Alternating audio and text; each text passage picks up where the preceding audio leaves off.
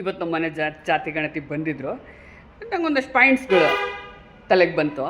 ಅದರಲ್ಲಿ ಮೊದಲನೇ ಪಾಯಿಂಟು, ಇಲ್ಲಿ ಏನು ಇದೆ ಅನ್ನೋದಕ್ಕಿಂತ ನಾವೇನು ಹೇಳ್ತೀವಿ ಅನ್ನೋದು ಮುಖ್ಯ ಆಗುತ್ತೆ. ಫಾರ್ ಎಕ್ಸಾಂಪಲ್, ನೀವು ಸ್ವಂತ ಮನೆ, ಕಾರು, ಟಿ ವಿ, ಫ್ರಿಜ್ಜು ಏನೇ ಇದ್ದರೂ ನೀವಿಲ್ಲ ಅಂತ ಹೇಳಿದ್ರೆ ಅವ್ರು ಅದನ್ನೇ ಬರ್ಕೊಂಡು ಹೋಗಬೇಕು. ಅವ್ರಿಗೆ ಇನ್ವೆಸ್ಟಿಗೇಟ್ ಮಾಡೋ ಪವರ್ ಇಲ್ಲ. ನಾವು ಹೇಳಿದ್ದನ್ನು ಬರ್ಕೋಬೇಕಷ್ಟೆ.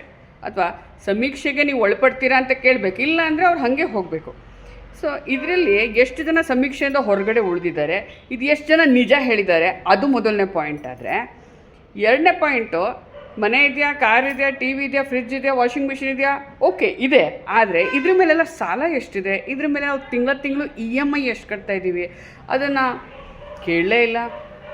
ಮೂರನೇ ಪಾಯಿಂಟು, ನಮ್ಮ ಆದಾಯ ಕೇಳ್ತು ಸರ್ಕಾರ, ಆದರೆ ನಮ್ಮ ಖರ್ಚೆಷ್ಟು ಅಂತ ಕೇಳಲೇ ಇಲ್ಲ. ಮಕ್ಕಳೇನು ಓದ್ತಾ ಇದ್ದಾರೆ ಅಂತ ಕೇಳ್ತು ನಮ್ಮ ಸರ್ಕಾರ, ಆದರೆ ಫೀಸ್ ಎಷ್ಟು ಕಟ್ತಾಯಿದ್ದೀರಾ ಅಂತ ಕೇಳಲೇ ಇಲ್ಲ. ಹೇಗೆ ಮ್ಯಾಚ್ ಆಗುತ್ತೆ?